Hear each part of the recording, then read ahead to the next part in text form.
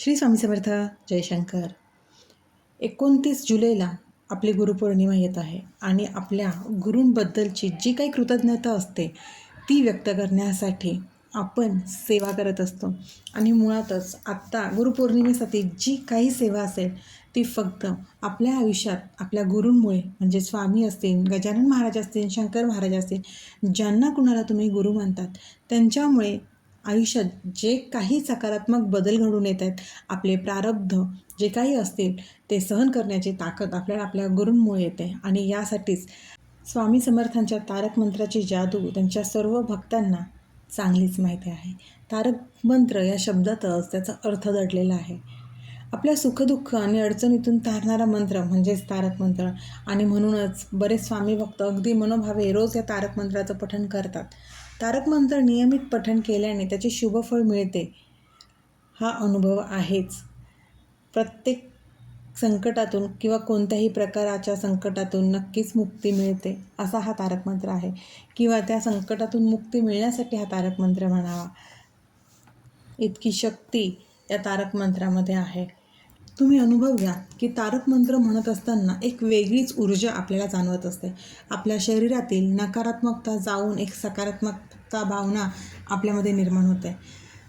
शारीरिक पीडा किंवा कुठलेही दुःख नष्ट होतात असं प्रत्येक जणांचा अनुभव आहे.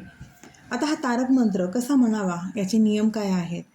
मुळातच आपण जर संकल्पयुक्त सेवा करत असू तर त्यासाठी मांसाहार आणि परान्न वर्जस असतं. सकाळी लवकर उठून स्नान करून स्वामींची पूजा केल्यानंतर हा तारक मंत्र पठण करावा.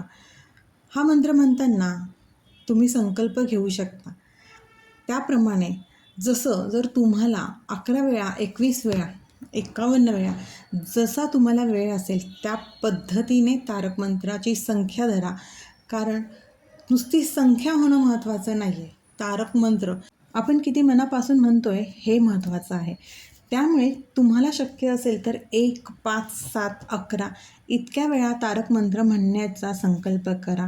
अगदी 1 वेळा म्हटला तरी चालेल. फक्त प्रत्येक शब्द अगदी लक्षपूर्वक म्हणा, कारण त्या प्रत्येक शब्दामध्ये आपल्या स्वामींची अनुभूती नक्कीच जाणवत असते. संकल्प घेताना तुम्हाला त्या संख्येचा उच्चार करायचा आहे की तुम्ही किती वेळा ती तारक मंत्राची सेवा करणार आहात. त्यावेळेला आपल्याला समोर पेल्यात पाणी घेऊन स्वामींच्या समोर तो पाण्याने भरलेला पेला ठेवायचा आहे आणि मग त्यावर हात ठेवून तारक मंत्र म्हणावा.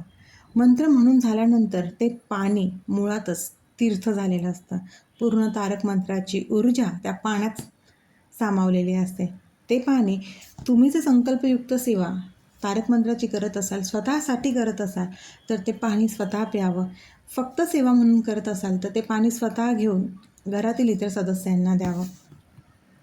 यामुळे आपली सकारात्मकता वाढते, पण आपले काही आजार असतील, नकारात्मक ऊर्जा असतील त्या नाहीशा होण्यास मदत होत असतात. तारक मंत्र म्हणण्याचे नियम काय? तर कोणत्याही देवाची पूजा करताना मुळातच स्वच्छता महत्त्वाची आहे. सकाळी लवकर उठून स्नान झाल्यानंतर आपल्याला तारक मंत्र म्हणायला बसायचं आहे. आता प्रत्येकाला सकाळी जमेल असं नाही.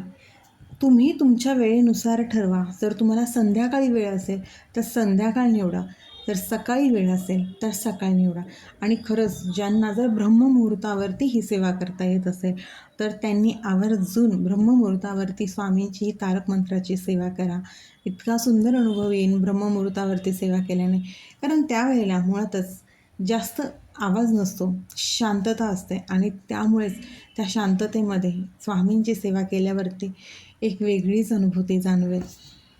पण तारक मंत्र म्हणताना स्वामींचं ध्यान करून स्वामी समोर बसलेत ही भावना ठेवून तो तारक मंत्र आपल्याला म्हणायचा आहे.